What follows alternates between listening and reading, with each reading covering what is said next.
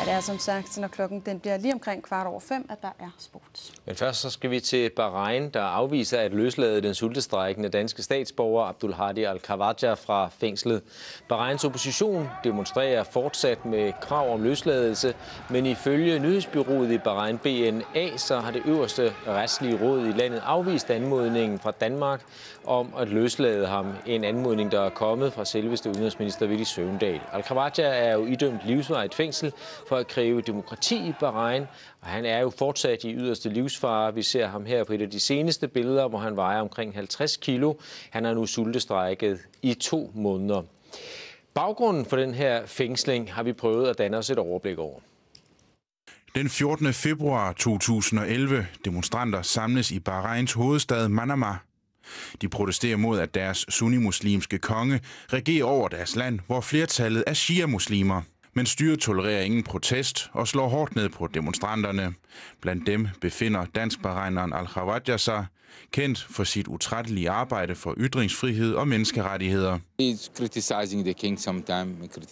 As you know, we have a government which 70% of it from one family. You have all high-ranking job in the government, banking, businesses, all from royal family. Very corrupt system, discrimination. Den 8. april 2011 bliver han fængslet, og ifølge flere kilder skulle han under fængslingen have været udsat for omfattende tortur. Han bliver tortureret, og han har fået 4 knoglebrud på kæben, og han er blevet opereret, og man har blevet nødt til at tage et stykke fra hans kranie for at fikse hans kæbe osv. I juni 2011 bliver Al-Khawaja ved en militærdomstol så idømt en livstidsdom. Styret mener simpelthen, at han har fornærmet hæren, Bahrains sunnimuslimske mindretal, og for at have forsøgt at vælte styret og med magt at ændre forfatningen. Siden fængslingen har hans 2 døtre og mange andre arbejdet indædt for at lægge pres på styret i Bahrain. I think my father is going to take it to the very end. He said it very, very clearly. He said to freedom or to death. And I think that's how far he's willing to go. Ifølge udenrigsminister Villy Søvndal er en omfattende diplomatisk indsats nu gået i gang for at få Al-Khawaja løsladt. Så det er jo helt udhegnet, at et samfund, der ønsker at være en del af det internationale retssamfund, udsætter borgere for sådan en behandling. Det er ydmygende, det er krænkende, det er invaliderende, så det må de gøre op med. Al-Khawaja boede i Danmark i 12 år og fik dansk statsborgerskab. I 2001 vendte han tilbage til Bahrain, hvor han arbejdede for at forbedre menneskerettighederne i landet.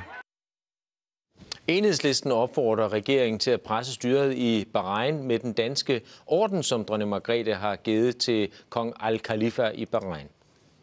Indtil for kort tid siden kunne vi måske tro på, at en henvendelse fra den danske udenrigsminister var nok til at få danske statsborgere udleveret. Nu har det vist sig, at det ikke er nok, og synes jeg, man må undersøge, hvilke andre muligheder der findes, og der er det at prøve at få noget godt ud af den fatale fejl, som det var at give Bahrains hersker en orden, at det må man så afprøve nu. Og jeg synes, at den danske regering nu må sætte også dronningen ind i den her sag, så hun kan rette en direkte henvendelse til herskeren i Bahrain og gøre ham begribelig, at nu må den her danske borger af statsborger altså udleveres til Danmark, så man ikke risikerer, at han dør, og at det er rigtig, rigtig vigtigt for Danmark. Men Per Clausen, hvordan skal politikerne blande sig i, at dronningen har givet en orden, og ovenikøbet også så sige til hende, at nu må du tage den tilbage? Altså, jeg er fuldstændig sikker på, at dronningens udenrigspolitiske handlinger, når hun foretager sig sådan nogen, er afstemt med regeringen, og det kan det også blive i den her tilfælde. Jeg er da også sikker på, at dronningen vil næppe have noget imod at gøre en ekstra indsats for at redde en dansk statsborgers liv, og det er jo det her, han handler om lige nu. Altså, det er jo ikke, fordi jeg normalt synes, at dronningen skal gå og blande sig i udenrigspolitiske anliggender, men nu er vi jo bare i en situation, hvor det handler om liv og død, og der synes jeg, vi må tage alle muligheder i anvendelse.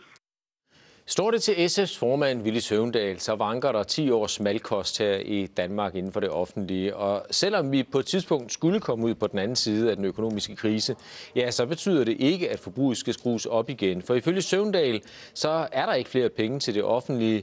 Det, der kommer til at være på dagsordenen,